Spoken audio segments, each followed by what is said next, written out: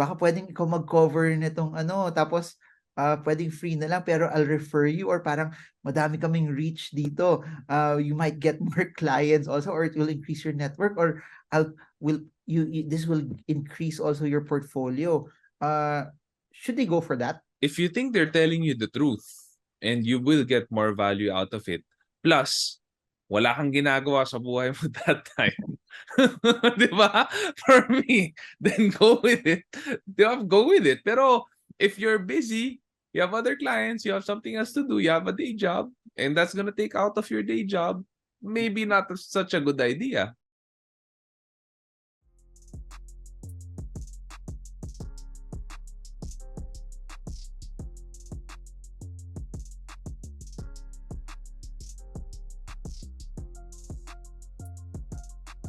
I think what's interesting about that is hindi ka lang limited, especially if you go the stock market route na either Jollibee franchise. It gives you also the possibility na why not I just try to consider maybe Starbucks na stock, or maybe McDonald's na stock, so that you're also positioned globally if the main intent also is diversification. Hindi ka na lang limited just by physical location in the Philippines, or just buying Jollibee stock. You're not just limited by the 50% that they have in the Philippines and then their other stores. It suddenly explodes your possibilities because madami mong pwedeng magpilian. From our previous videos, no, parang you're a marketing person. That's why you do SEO, kasi you want people to come to you. You want people to discover you, so that you don't have to sell. Parang essentially ganun na sila lalapit. I've also heard you mention that selling is important. Any entrepreneur, there's still a level of selling for them actually to also close the deal. So my question is this: how would you do it? Syempre, people already come to you. How do you close deals? What do you do? How do you negotiate? How do you haggle with people? What tips can you actually give them also in business? Lalo na, for example, ako, kunyari magiging client mo ko, tapos binabarat kita. What would you tell people, normal people who are just starting their business, na probably hindi sila number one sa category nila, wala pa silang pangalan, or talagang hindi pa sila talaga ganun kagaling, tapos binabarat sila, or yung normal speech na, yung isa, ito yung singil nila 100,000, ikaw 120, baka pwedeng 95 na lang, or yung mga normal na speeches na ibang tao na bigyan mo ako discount ngayon, I'll give you, baka we can do more pa in the future, pero I just want to try it once. Tapos, after ng one time na wala na sumunod, di ba? Parang gano'n. Yeah. How do you close deals? Well, it largely depends on your market positioning. Pero if you're bago pa lang in the market, for me, you have to really put something on the table. You have to put an arm or a kidney or a liver there. And that is just figures of speech, no? Pero for me, parang you have to tell them na if you're gonna go with me, I'm gonna make sure na ako mismo mag-handle ng account mo, or ako mismo yung matatawagan mo, ako mismo yung sasagot sa'yo, and I answer my phone in 2 hours. There has to be some real good value. Sales is about relationships. Good salespeople, sometimes you would sacrifice making money today just to build the relationship long term. What I mean is, for example, kung may lumapit sa'yo tapos sinabi, Sean, meron ka bang ganitong product or service? Wala. Then I'll tell them, wala. Pero I can refer you to this person or this company, they have it. Kahit competitor ko yun. Just because I want to build a good relationship, good rapport with that potential client. So that someday in the future, they'll remember, ito si Sean, nirefer ako kahit kalaban niya. Probably is a good person, diba? So, when you're a salesperson, you have to build relationships. You have to build your network. Building network is not just about collecting calling cards. It's not. A lot of people think that way.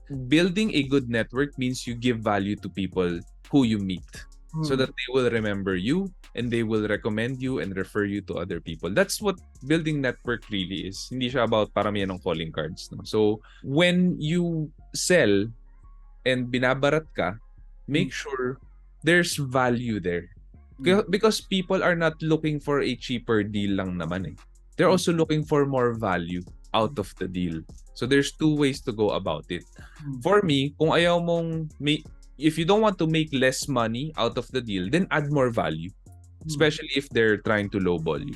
Now, if talagang masyadong mababa yung numbers, then what I usually say is maybe try them out first. Mm. Diba? So, kunyari, may kalaban ako, 1/3 yung presyo niya sa akin. I tell the client who nagpupumilit, but this is in the context na we're also, if not the number one of the top SEO companies in the country. So, what I usually say is, maybe try them out first. And if it doesn't work and you've spent like a year or two, down the drain with them, then we can talk. Diba? I'll still be here. Okay, tapos paano pa di na bumalik sa'yo? Hindi na bumalik na gustuhan. Okay lang. Like, the market is big. Diba? For me, that's how I think eh. It's a big market. It's a big economy. 2021, we made $326 billion in GDP. Ikaw lang? Philippines. Okay. No, Philippines. The whole country. GDP ng country natin 2021, $300+ billion. So it's a big economy. It's significant. We can make money here. Hindi natin kailangan mag-agawan. Hindi natin kailangan pumayag sa bad deals. Diba? May mga deal talaga na lose ka eh. Ba't mo kukunin yung deal na yun? It's not good money for you. It's not a good deal. So I tell them, you try them out. Pag di na bumalik, masaya siya doon. Okay, good. We're all happy. At least hindi ako pumayag din sa isang deal na talo ako. For people na kasi nagsisimula pa lang and it's easy to walk away from a deal also if either you have other clients or madami kang cash. But what if other people na they're not in that situation, that binarat sila pero at the back of my head, kikita pa naman ako dito pero naabuso ka na pero kailangan mo talaga eh. There are mouths that you need to feed. You have also employees also. What's your take on that? I would only get a deal na manipis lang yung profit margin ko if marami akong excess na manpower sa team. Since we're a service company. For if you're a trading company, buy and sell, maybe papayag ka na lang sa medyo lugi sa konti lang yung kinita mo pag old stock na siya or pa-phase out na yung ganong klaseng item. Papayag ka na eh. Kasi alam mo may bago ng paparating, di mo na mabibenta yun, mahirapan ka na eh. Sa service naman, ayoko naman ng manpower na tenga. Walang ginagawa, binabayaran ko lang. So, doon lang, that's the only time na papayag ako na yung deal, maliit na maliit lang yung kikitain ko. Okay. Otherwise, I would rather have no deal kasi nga manpower kami. Once na inassign ko yung manpower na yun sa'yo, hindi ko na siya magagamit sa isa pang more profitable project.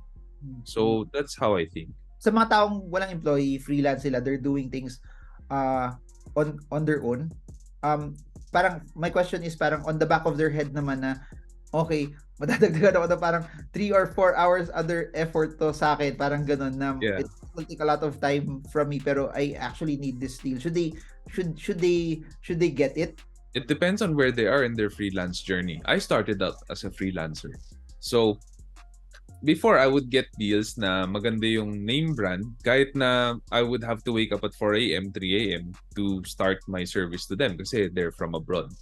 So I got big names like Lipton, LG, Ford, Land Rover, Tony & Guy, Ben & Jerry's because I had to do that starting out. So hindi naman ganun kalaking kinita ko doon, but those are good brands to put on my portfolio. So pinagsikapan ko siya. Okay. So it depends on where you are in your journey. If you ask me now, will I do that again? Probably not, right? Probably not. Parang medyo borderline abuso na, for example, photographer. Baka pwedeng ikaw mag-cover nitong tapos pwedeng free na lang pero I'll refer you or parang madami kaming reach dito. You might get more clients also or it will increase your network or this will increase also your portfolio.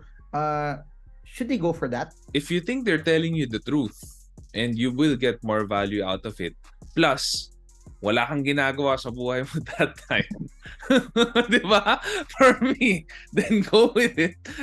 Go with it. Pero if you're busy, you have other clients, you have something else to do, you have a day job, and that's gonna take out of your day job, maybe not such a good idea. And then also, if you don't think they'll be true to their word, which honestly, a lot of people, they say a lot of things, but they don't push through, especially sa mga referral, then maybe think twice about doing it.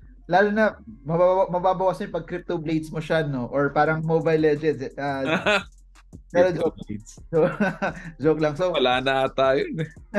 So that's a good answer to that, no? And so to people who are watching this also and you are parang starting out, I like what Sean said that you need to put value in the table kasi kung may value ka, you're better, or you help people earn actually more based on the business that you have.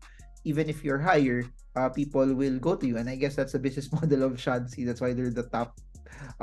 Kaya mahal sila maningil kasi magaling sila. Reasonable. Kala ko, sabi mo, we're the highest in terms of hindi ano na reasonable. Within good reason naman. We're within good reason. Okay.